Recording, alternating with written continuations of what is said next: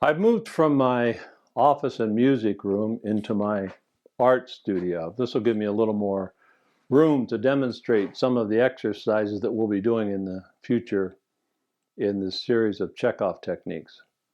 I've decided to edit and update the language of the original printed text of Michael Chekhov's book on the technique of acting. I feel it makes it more relatable to today's actors. So today I'm going to talk about atmosphere. I've talked about it before, but atmosphere is one of the strongest means of expression for actors, as well as an unbreakable link between them and the audience.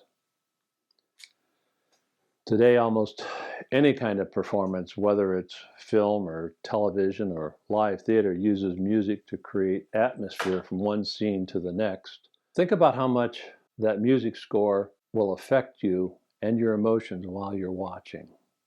That's why film scores are so important. But when you're working on a film or TV show or anything on camera, you don't have the advantage of that film score to cue your atmosphere. So it's still important for actors to understand and work within the atmosphere that's appropriate for every scene. Chekhov talks about it this way. Imagine Romeo speaking his words of love to Juliet without the atmosphere of love. Although the spectator may understand the sublime text and enjoy the beauty of Shakespeare's verse, he or she will still miss something of the content. What is this content? It's love itself. All feelings require a specific atmosphere to be conveyed to the audience. Without these proper atmospheres radiating from the actors, Shakespeare's words of love, hate, despair, they reverberate meaninglessly in empty psychological space. Atmosphere reveals the content of the performance. What can you do to gain understanding of atmosphere? You need to pay attention to all of the atmosphere around you at all times. Close attention. Every day, all kinds of places and situations. There's tons of atmosphere.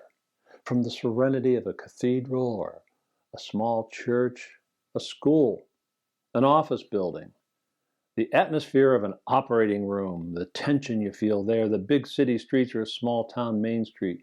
Think about how it feels when you're around people who are talking quietly versus how it feels when you're around people who are arguing.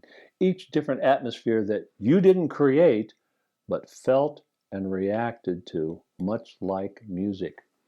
I've mentioned before, I use music in my preparation for a role and in my practicing. So try this. Sit and let the atmosphere of the moment wash over you. Fully immerse yourself in that atmosphere. In your imagination, think of a play or a scene from a film that you're very familiar with. Ask yourself what the atmosphere in that scene is. Then imagine that scene in a different atmosphere.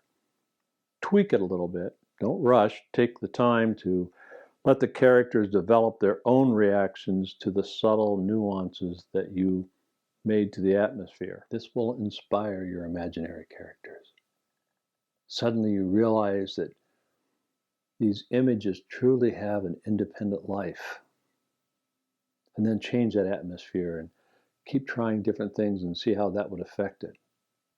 Now for an exercise, what you're going to do is imagine the air around you filled with the atmosphere that you've chosen. No more difficult than imagining air filled with light or dust or smoke. Don't ask yourself, how can the air be filled with joy or tenderness or horror?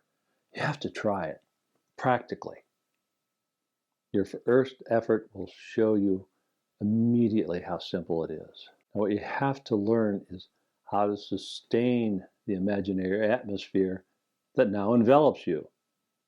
In this exercise, you don't need to imagine special circumstances or events to justify the atmosphere. That'll only distract your attention and make the exercise unnecessarily complicated. Keep it simple. Kiss, keep it simple, student. Now move and speak within the atmosphere. Start with simple movements, a few words, trying to establish full harmony between your words and the atmosphere. So what you need to do is imagine the air around you filled with a certain atmosphere. Become aware of the reaction within you.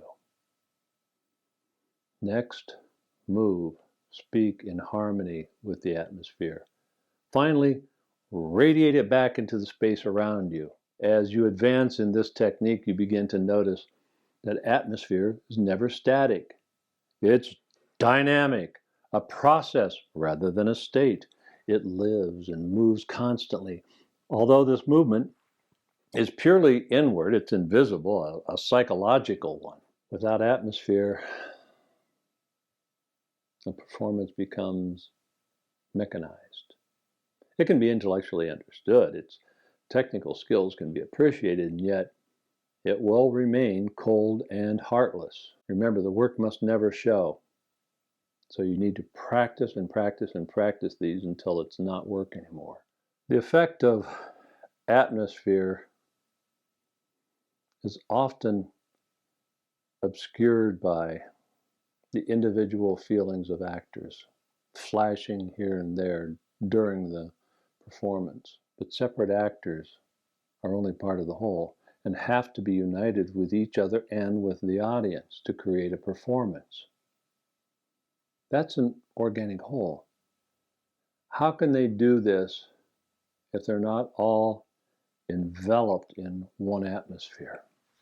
Now, when I'm directing, I depend heavily on atmosphere and getting all of the actors in the same atmosphere at the same time. So it's important for me as a director to communicate that to the actors. So work on this, and I'll see you in the next video. Remember to like and subscribe if you like it. It means a lot to me and I really appreciate it. Be sure and join me on Patreon. All of these lessons in full will be on Patreon.